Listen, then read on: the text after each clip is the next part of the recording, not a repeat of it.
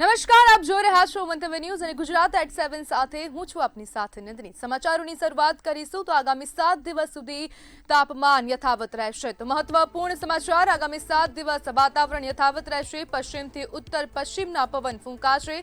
તાપમાનમાં 1 થી 2 ડિગ્રીનો ઘટાડો પણ જોવા મળશે અને ઘટાડો થવાની શક્યતા પણ વ્યક્ત કરવામાં આવી છે।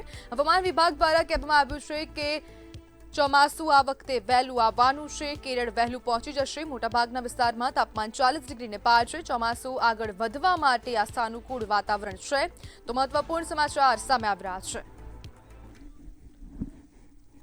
इसमें आमतौर पर शुष्क रहने का पूर्वानुमान है और जो अधिकतम तापमान है अगले 7 दिन तक कोई तापमान में बड़ा बदलाव नहीं रहेगा और जो तापमान में परिवर्तन होगा वो 1 से 2 डिग्री के अंदर में ही होगा, लेकिन थोड़ा फॉलिंग ट्रेंड रहेगा, ग्रेजुअल फॉल रहने का संभावना रहेगा, लेकिन वो एनएलसी में 1 से 2 डिग्री का सेंटीग्रेड का अंदर ही। और जो कुछ एक स्थानों में जो अधिकतम तापमान है 40 डिग्री सेंटीग्रेड के आसपास रहने का भी संभावना रहेगा अगले 7 दिन। तटीय क्षेत्र में अभी पवन का जो दिशा रहने का होना है दक्षिण पश्चिम से उत्तर दिशा से दक्षिण पश्चिम से पश्चिम दिशा में पवन चलने का स्थिति रहेगा। અમદાવાદ, વડોદરા, સુરત, રાજકોટ અને મહેસાણા સહિત રાજ્યભરમાં આજે કેમિસ્ટોની હડતાલનો વ્યાપક પ્રભાવ જોવા મળ્યો છે। ઓલ ઇન્ડિયા કેમિસ્ટ એસોસિએશનના આહવાન પર 12.40 લાખથી વધુ કેમિસ્ટોએ બંધ પાડ્યું છે। ઓનલાઈન ફાર્મસી પર પ્રતિબંધ, કોર્પોરેટ ડિસ્કાઉન્ટ બંધ કરવા અને નકલી દવાઓના વેચાણ સામે કેમિસ્ટોએ વિરોધ નોંધાવ્યો છે। રાજકોટમાં 1400થી વધુ અને મહેસાણામાં જૂનાગઢના મેંદરડામાં 42 ગામના સરપંચો ત્રીજા દિવસે હડતાલ પર છે। બિલ મંજૂર ન થતા રોષ વધ્યો છે, જ્યારે મીઠાપુર સરપંચે રાજીનામું આપ્યું અને ઉગ્ર આંદોલનની ચીમકી આપી છે। જૂનાગઢ જિલ્લાના મેંદરડા તાલુકામાં વિકાસ કામોના પ્રશ્નોને લઈને સરપંચોમાં ભારે અસંતોષ જોવા મળ્યો છે। તાલુકાના 42 ગામોના સરપંચો સતત ત્રીજા દિવસે પણ હડતાલ ઉપર રહ્યા। સરપંચોના આક્ષેપો છે કે છેલ્લા 6 મહિનાથી વિકાસના બિલ મંજૂર કરવામાં આવ્યા નથી અને જેના કારણે છેલ્લા 5 મહિનાથી ગામોમાં વિકાસ કાર્યો સંપૂર્ણપણે ઠપ થયા છે। છેલ્લા 1-1.5 વર્ષથી લટકતા કામો અને હિસાબે હું પ્રજા વચ્ચે રહી શકું એવી પરિસ્થિતિ નથી। મારે એક પુલનું કામ છે તે 1 વર્ષથી ચાલે છે અને ખૂબ જ જરૂરી છે। 3 ગામનો રસ્તો છે અને 50 ખેડૂતોનો રસ્તો છે। આ ચોમાસું થાય એટલે આ રસ્તો બંધ થાય એવી પરિસ્થિતિ છે, છતાં પણ હજુ એ કામમાં કોઈ જાતની પ્રગતિ થઈ નથી। અડધું કામ કરી અને છોડી દેવામાં આવ્યું છે। ત્યારે એક પુલ પણ બનાવ્યો તો એ લોકોને બિનઉપયોગી સાબિત થયો છે અને મીઠાપુર ગામમાં સીમ વિસ્તારનું પાણી ઘૂસી જાય એના માટે માર્ગ મકાનને પણ અમે લેખિતમાં રજૂઆત કરેલી કે ભાઈ તમે આ રોડ બનાવ્યો ત્યારે પાણીની નિકાલની કોઈ વ્યવસ્થા ન રાખી અને હાલ ગામ આની પરિસ્થિતિ ખરાબ પરિસ્થિતિમાં છે, તો ત્યાંથી પણ કોઈ જાતના જવાબો મળતા ન હોય। જ્યારે રસ્તા, પાણી અને પુલ જેવી મૂળભૂત સુવિધાઓના પ્રશ્નો અંગે અનેકવાર રજૂઆતો કરવા છતાં કોઈ નિકાલ ન આવતા રોષ જોવા મળ્યો છે। મેંદરડા તાલુકાના મીઠાપુર ગામના સરપંચે પણ તંત્રની કામગીરીથી નારાજ થઈને રાજીનામું આપ્યું હતું। સરપંચોએ અધિકારીઓની ઢીલી નીતિના કારણે ગામોના વિકાસ કામો અટવાઈ ગયાનો પણ આરોપ લગાવ્યો છે। પ્રશ્નોનો તાત્કાલિક ઉકેલ નહીં આવે તો આંદોલન વધુ ઉગ્ર બનવાની પણ ચીમકી ઉચ્ચારવામાં આવી છે। બ્યુરો રિપોર્ટ, મંતવ્ય ન્યૂઝ। રખડતા શ્વાનના વધતા મુદ્દે સુપ્રીમ કોર્ટના આદેશ બાદ એએમસી હવે એક્શનમાં આવી ગયું છે। ડોગ સ્ટરીલાઇઝેશનથી લઈને માઇક્રોચીપ અને પેટ ડોગ રજિસ્ટ્રેશન સુધીની કામગીરી તેજ ગતિએ ચાલી રહી છે, જેમાં 8,000થી વધુ ડોગમાં ચીપ લગાવવામાં આવી છે। વસ્ત્રાલ અને લાંભામાં નવા શેલ્ટર ઊભા થઈ રહ્યા છે, જે શહેરમાં ડોગની વસ્તી ગણતરી પણ શરૂ કરવામાં આવી છે।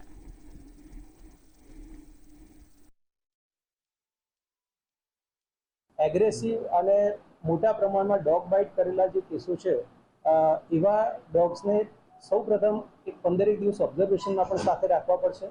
5 વેટરનરી અને આની એક ટીમ એ આનું એક્ઝામિનેશન્સ કરશે અને એ પોતે ડિસાઇડ કરશે કે આના માટે જે આ ડેન્જરસ ડોગ્સ છે તો એના માટે આ નિયમમાં જે કાર્યવાહી લખી છે એમાં શું પગલાં લેવા, અને મ્યુનિસિપલ કોર્પોરેશને એબીસી રૂલ્સ મુજબ આ વેટરનરી ટીમનું પણ ગઠન આમાં કરેલું છે। એટલે કેસ ટુ કેસ બેસિસ ઉપર આ જોઈ અને આ નિર્દેશન અનુસારની કાર્યવાહી કરી શકાય। ગોધરા નગરપાલિકાના પ્રમુખ પદની ચૂંટણી શાંતિપૂર્ણ રીતે પૂર્ણ થઈ હતી. ભાજપના મેન્ડેટ અનુસાર વોર્ડ નંબર 2 ની ઓબીસી મહિલા કાઉન્સિલર જશોદાબેન પ્રજાપતિને સર્વસંમતિથી નવા પ્રમુખ તરીકે પસંદ કરવામાં આવ્યા હતા. પ્રથમવાર કાઉન્સિલર બનેલા જશોદાબેન પર પક્ષે વિશ્વાસ મૂકી શહેરના વિકાસની મહત્વપૂર્ણ જવાબદારી સોંપી છે.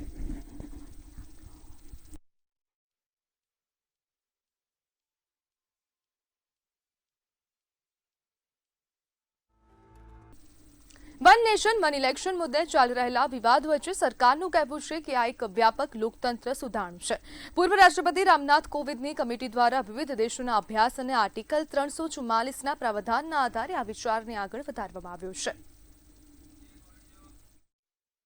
કોંગ્રેસનો જે વિરોધ છે એ બિનતાર્કિક વિરોધ છે, કારણ કે પૂર્વ રાષ્ટ્રપતિ રામનાથ કોવિંદજીની કમિટીએ હાઈ લેવલ કમિટીએ આખા દેશના અલગ અલગ સેક્શન ઓફ ધ સોસાયટીનો અભ્યાસ કર્યો છે. જુદા જુદા દેશોમાં પણ જે ચૂંટણીઓ થાય છે એનો પણ અભ્યાસ થયો છે અને કુલ મળીને એના લીગલ ઓપિનિયન પણ લેવામાં આવ્યા છે. તો ઇલેક્શન કમિશન અને કેન્દ્ર સરકાર પાસે આ પાવર બી છે. આર્ટિકલ 324માં પણ આ પાવર છે અને બીજા અનેક આર્ટિકલ્સમાં ચૂંટણી પંચ પાસે આ પ્રકારનો પાવર છે. દેશભરના કેમિસ્ટ એસોસિએશન દ્વારા હડતાલનું એલાન આપવામાં આવ્યું હતું. રાજકોટ શહેરમાં પણ અલગ અલગ 1600 જેટલા નાના મોટા મેડિકલ સ્ટોર બંધ રાખવામાં આવ્યા. ઓનલાઈન દવાઓના વેચાણનો વિરોધ, કોર્પોરેટ કંપનીઓ દ્વારા આપવામાં આવતા ભારે ડિસ્કાઉન્ટ સામે નારાજગી અને નકલી દવાઓના મુદ્દે એસોસિએશન દ્વારા આ વિરોધ કાર્યક્રમ રાખવામાં આવ્યો હતો. હડતાલ દરમિયાન 15 જેટલા સ્થળો ઉપર જરૂરી દવાઓનું વેચાણ ચાલુ રાખવાની વ્યવસ્થા કરવામાં આવી હતી, જેથી દર્દીઓને તાત્કાલિક દવાઓ માટે મુશ્કેલી ન પડે. હવે સરકાર અને સંબંધિત વિભાગો આ મામલે શું નિર્ણય લેશે તે જોવું રહ્યું. કોરોના સમય દરમિયાન સંક્રમણ ન વધે એવા સારા હેતુથી એક જે GSR બહાર પાડવામાં આવેલો હતો, GSR 220E, એનો ઉપયોગ ક્યાંક ને ક્યાંક આજે દુરુપયોગ કહી શકાય એવી રીતના ઓનલાઈન ફાર્મસી દ્વારા એનો દુરુપયોગ કરીને વેચાણ કરવામાં આવે છે. આપણા દેશના પ્રાધાન્યમાં, આપણા દેશના કાયદામાં ક્યાંય પણ ઓનલાઈન ફાર્મસી ચાલી શકે એવું પ્રાધાન્ય નથી. આ માત્ર ને માત્ર એક જ GSRના આધાર લઈ અને ઓનલાઈન ફાર્મસીઓવાળા દવાનું વેચાણ કરી રહ્યા છે. આ GSRને તાત્કાલિક ધોરણે રદ કરવો જોઈએ અને ઓનલાઈન ફાર્મસી અમારી દ્રષ્ટિએ ક્યાંય યોગ્ય નથી. આ માત્ર ને માત્ર આમ જનતાના સ્વાસ્થ્ય સાથેના ચેડા છે. અમદાવાદ ગ્રામ્યના ધોળકા વિસ્તારમાં સ્ટેટ મોનિટરિંગ સેલે મોટી કાર્યવાહી કરી હતી. વટામણ ચોકડી પાસે ગોવાથી લવાયેલો ₹4 લાખથી વધુનો વિદેશી દારૂ અને 5124 બોટલો સાથે પિકઅપ વાહન ઝડપી પાડ્યું હતું.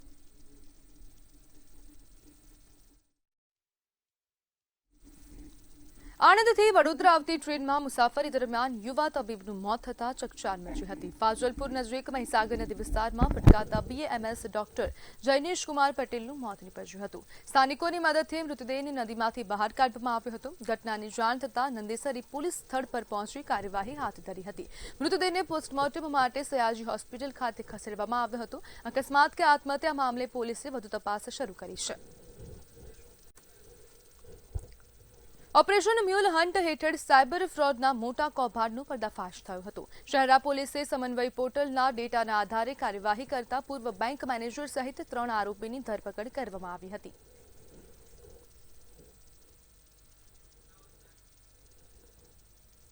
બનાસકાંઠા જિલ્લાના અમીરગઢ તાલુકામાં આદિવાસી સમાજે જાતિ દાખલા મેળવવામાં આવી રહેલી મુશ્કેલીઓ અંગે મામલતદારને રજૂઆત કરી છે.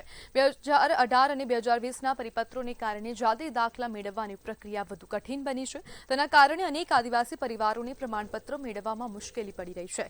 સમાજે માંગ કરી છે કે શાળા પ્રવેશ રજીસ્ટ્રેશન, 7/12ના ઉતારા, ગ્રામ પંચાયતના દાખલા અને જૂના સરકારી રેકોર્ડના આધારે જાતિ દાખલા આપવામાં આવે. આદિવાસી પરિવારો અભણ હોવાથી ઘણા જૂના પુરાવા ઉપલબ્ધ નથી. પ્રશ્નનો વહેલી તકે ઉકેલ નહીં આવે તો આગામી સમયમાં ઉગ્ર આંદોલન કરવાની ચીમકી પણ આપી છે. વાત કરી છે કે ભાઈ અમારા જે વિદ્યાર્થીઓ છે, યુવાનો છે, એમના ભવિષ્યના સાથે જે છેડા થાય છે એની રજૂઆત લઈને અમે જ્યારે પહોંચ્યા છીએ ત્યારે અમને રજૂઆત કરવા દો. ત્યારે તંત્ર સાથે વાત થઈ છે, પરંતુ એમને કીધું છે કે અમને 1-2 કલાકનો સમય આપો, પછી અમને આગળ જવા દે છે કે કેમ. જો ન જવા દે તો અમને ખરેખરમાં એવું લાગ્યું છે કે આ લોકશાહીની હત્યા છે. શાંતિપૂર્વક રજૂઆત થતી હોય, આવેદનપત્ર આપવાનું થતું હોય તો અમને સહકાર આપવો જોઈએ, તંત્રએ સહકાર આપવો જોઈએ અને યુવાનોનું કે વિદ્યાર્થીનું ભવિષ્ય જોખમાય નહીં, અધકારમય બને નહીં એના માટે પોઝિટિવ રિસ્પોન્સ આપવો જોઈએ, પરંતુ એની જગ્યાએ સરકાર પોલીસને આગળ કરી અમારો અવાજ દબાવવાનો પ્રયત્ન કરી રહી છે એવું દેખાઈ રહ્યું છે. અમારે અમીરગઢ તાલુકાના સર્વે આગેવાનોએ ભેગા થઈને અમીરગઢ તાલુકા મામલતદાર કચેરીએ આવેદનપત્ર આપવા જવાનું હતું, પણ પોલીસ તંત્ર દ્વારા, સરકાર દ્વારા પોલીસને આગળ કરીને અમારા સામાજિક આગેવાનોને અટકાયત કરવામાં આવી છે અને અમારો અવાજ દબાવવામાં આવે છે. અને અમારે જાતિના દાખલા માટે 1950ના પુરાવા માંગે એ માટે બહુ હેરાનગતિ થાય છે. એ માટે અત્યારે છોકરાઓ 40 થી 50 છોકરાઓ નોકરી લાગે એમનો ઓર્ડર પણ આપ્યો નથી. અને જે અત્યારે છોકરાઓ જે કોલેજમાં જવાનું છે પણ હાલ જાતિનો દાખલો માંગે એના લીધે છોકરાઓને એડમિશન થતા નથી. એના લીધે શિક્ષણનો બહુ અભાવ થઈ રહ્યો છે. ડોક્યુમેન્ટની દ્રષ્ટિએ જોવા જઈએ તો ખરેખર એમના જોડે પુરાવા હોવા છતાંય ક્યાંક ને ક્યાંક આડકતરી રીતે સરકાર એવું ઈચ્છી રહી છે કે આદિવાસી કોઈ પણ ભોગે આગળ ના જવો જોઈએ, શિક્ષણ ના મેળવી શકે, જેથી કરી અને આ લોકો એમને ડોક્યુમેન્ટથી રસીદ રાખવા માંગે છે. એટલે આજે અમે સરકારશ્રીને રજૂઆત કરવા માટે મામલતદાર કચેરી જવાના હોવાથી અમારા જે 2-3 જનપ્રતિનિધિ હતા એમને પોલીસે રાત્રે નજરકેદ કરી, અત્યારે અટકાયત કરી છે. તેમ છતાં અમે યુવા સાથી મિત્રો સાથે મળી જઈ અમે આવેદન આપવાના છીએ. વડોદરાના સાવલી તાલુકામાં ગેરકાયદેસર રેતી ખનન મુદ્દે મુખ્યમંત્રીને આવેદનપત્ર પાઠવવામાં આવ્યું છે. ભાદરવા ગામના પૂર્વ સરપંચ મહેન્દ્રસિંહ રણાએ મહીસાગર નદીમાંથી વેક્યુમ મશીન વડે રેતી ખનન થતું હોવાના આક્ષેપ કર્યા. તેમણે ખાણ ખનિજો વિભાગના અધિકારીઓ પર મિલીભગતનો પણ આરોપ લગાવ્યો. ગેરકાયદેસર ખનનથી નદીમાં ખાડા પડતા અકસ્માતની ભીતિ સાથે 50થી વધુ ગામોના ભૂગર્ભ જળ અને ખેતી પર ગંભીર અસર થવાનો દાવો કરવામાં આવ્યો છે. ખનન બંધ નહીં થાય તો મહી બચાવો અભિયાન શરૂ કરવાની ચીમકી પણ ઉચ્ચારવામાં આવી છે. વિસ્તારમાં અડધમપુરા, ખાડી જાલમપુરા અને ભાદરવા આ વિસ્તારમાં મહી બચાવો અભિયાન અંતર્ગત અમે વારંવાર રજૂઆત કરેલી છે કે અહીં મહીસાગર નદીના કિનારે 2 રોકટોક રેતી ખનન થઈ રહી છે અને દિવસ રાત 1 મિનિટ પણ બાકી નથી અને રેતી કાઢવા માટે સતત રેતી ચોરો રેતી કાઢી રહ્યા છે. આના માટે ખૂબ જ રજૂઆત મુખ્યમંત્રીશ્રીને આજે ઓફિસર કાર્યાલય મુલાકાત કરીને આપવાનું આવેદનપત્રનું કારણ આટલું જ કે આના ઉપર રોકટોક લાગવામાં આવે. સરકારી તંત્રનો કોઈ પણ પ્રકારનું નિયંત્રણ હોય એવું લાગતું નથી અને તેઓ પણ સરકારી તંત્ર પણ જ્યારે પણ આવે ત્યારે ફોન કરીને આવે. આણંદના બાકરોલ વિસ્તારમાં તલાવડી પુરાણકામ મુદ્દે સ્થાનિકોએ વિરોધ નોંધાવ્યો છે. સર્વે નંબર 963ની તલાવડીને બગીચો અને મેદાન બનાવવા યોજનાનો વિરોધ કરવામાં આવ્યો હતો. સ્થાનિકોએ પર્યાવરણ નિયમોના ભંગના આક્ષેપની સાથે કામ તાત્કાલિક બંધ કરવાની માંગ કરી છે. વરસાદી પાણીના સંચય માટે મહત્વપૂર્ણ ગણાતી આ તલાવડી બચાવવા અધિકારીઓને રજૂઆત કરવામાં આવી હતી. લોકોનું કહેવું છે કે તલાવડી પુરાઈ જશે તો વિસ્તારમાં જળસંચય અને પર્યાવરણ પર ગંભીર અસર પડશે.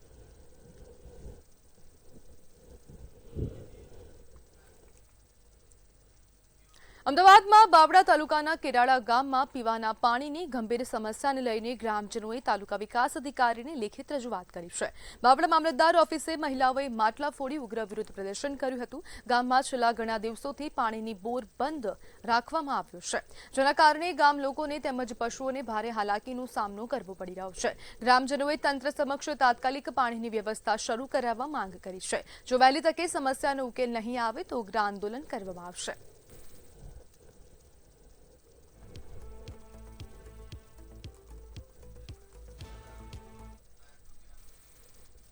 વિરમગામ રૈયાપુર રોડ અકસ્માત ઝોન બન્યો છે. રૈયાપુર રોડ પર 2 દિવસમાં 2 ટ્રકે પલટી મારી હતી. રૈયાપુર ડાયવર્ઝન જોખમરૂપ સાબિત થયું છે.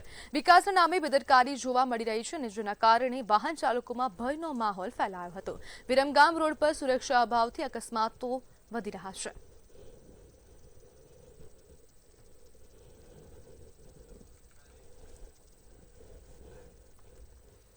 બોડેલી નગરપાલિકાની નવી બોડી કાર્યભાર સંભાળતા જ એક્શનમાં આવી હતી.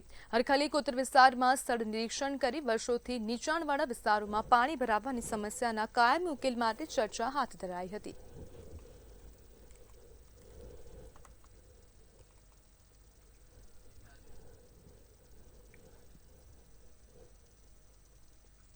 અંબાજી કોરિડોરની કામગીરી હવે વિવાદોના વંટોળમાં ફસાઈ ગઈ છે. પાણીની પાઇપલાઇન તોડાતા અને મુખ્ય માર્ગ અચાનક બંધ થતા ગ્રામજનોમાં ભારે રોષ ફાટી નીકળ્યો હતો. ગ્રામ પંચાયત અને સ્થાનિક આગેવાનોનો આક્ષેપ છે કે કોઈ પૂર્વ ચર્ચા કે મંજૂરી વગર કામગીરી ચાલી રહી છે.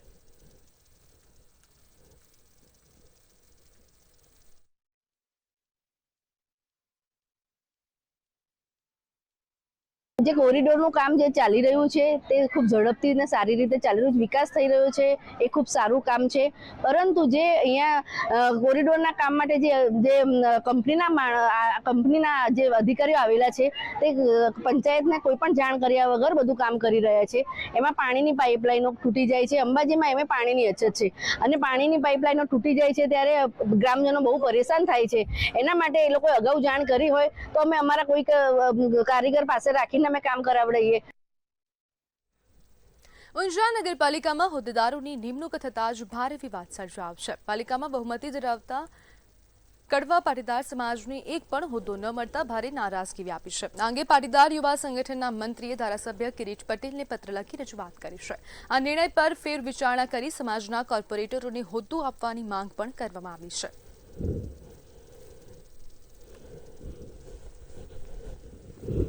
ઊંઝા નગરપાલિકાના ઇતિહાસમાં સૌ પ્રથમવાર એવું બન્યું કે ઓટા કડવા પાટીદાર સમાજનો વ્યક્તિ મહત્વના 5 હોદ્દામાં કોઈ વ્યક્તિ ના હોય. ભારતીય જનતા પાર્ટીના પાટીદાર 17 પૈકી 13 ઓટા કડવા પાટીદાર સમાજના યુવાન યુવતીઓ ચૂંટાયા છે. ત્યારે પક્ષે જેને પણ આ નિર્ણય લીધો હોય, ધારાસભ્ય સહિત જે વ્યક્તિની જવાબદારી હોય, આ નિર્ણય અમારા સમાજને અન્યાય કરતો થયો છે.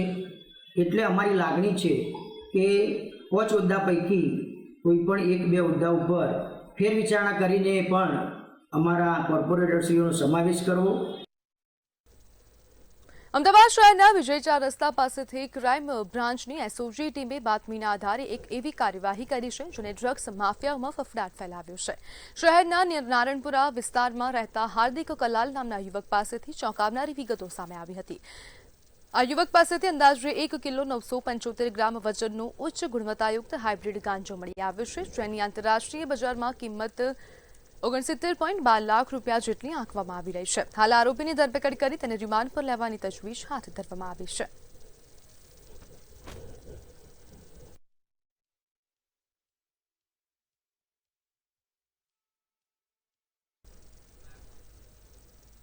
ગુજરાત સરકારે રાજ્યમાં જળ સુરક્ષા સુનિશ્ચિત કરવા માટે એક મહત્વપૂર્ણ સિદ્ધિ હાંસલ કરી છે. તો ચાલો જાણીએ આ જળ ક્રાંતિનો ground report.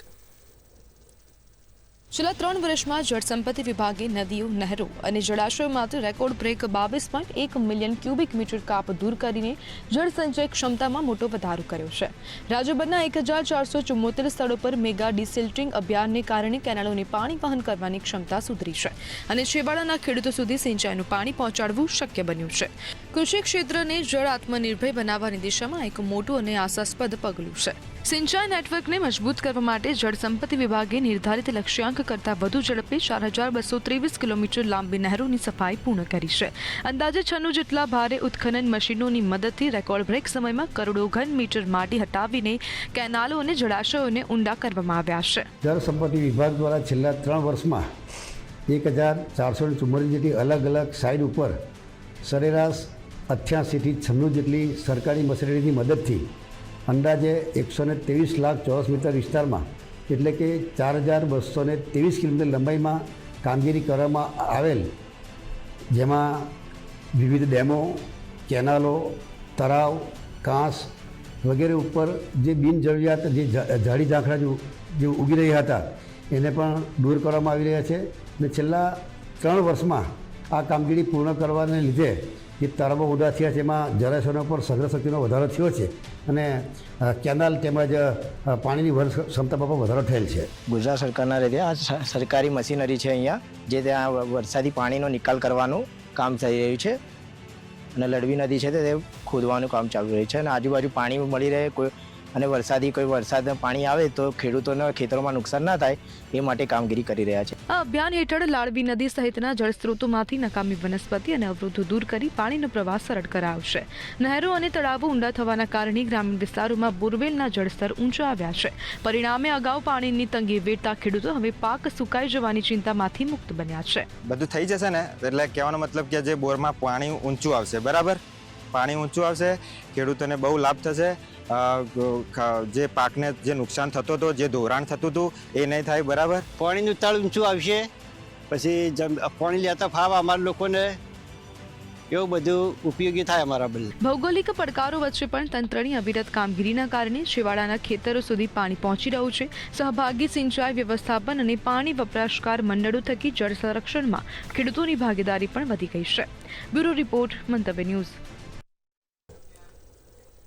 One nation one ઇલેક્શનને લઈને ગુજરાત સરકારનું કહેવું છે કે આ વ્યવસ્થા દેશ અને રાજ્ય બંનેના હિતમાં છે. સરકાર મુજબ એકસાથે ચૂંટણી યોજવાથી વહીવટી ખર્ચ ઘટે છે અને નાગરિકોનો સમય પણ બચી શકે છે, કારણ કે વારંવાર ચૂંટણી પ્રક્રિયાથી જનજીવન પર અસર થાય છે. 2026માં સ્થાનિક સ્વરાજ્યની ચૂંટણી અને આવનારા વર્ષોમાં વિધાનસભા તથા લોકસભાની ચૂંટણીને ધ્યાનમાં રાખીને આ મુદ્દો વધુ મહત્વનો બની રહ્યો છે. દેશના સૌ નાગરિકોના હિતમાં જ્યારે આ અદ્ભુત વિચારના આગળ વધી રહી છે, ત્યારે રાજ્ય સરકાર દ્વારા સંપૂર્ણપણે વન નેશન વન ઇલેક્શન માટે સહયોગ તથા સંપૂર્ણપણે આ દિશામાં તૈયારીઓ દર્શાવેલી છે. આપણું રાજ્ય એ આ દિશામાં ઓલરેડી કામગીરી આગળ વધારી ચૂકી છે.